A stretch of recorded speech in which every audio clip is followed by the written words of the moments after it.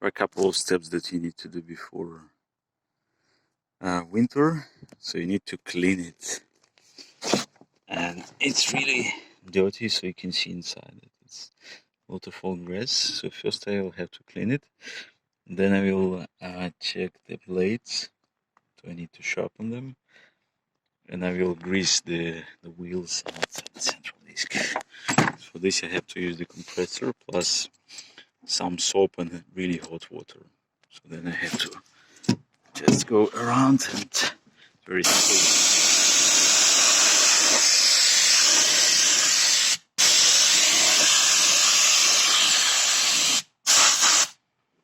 So this is how you do it.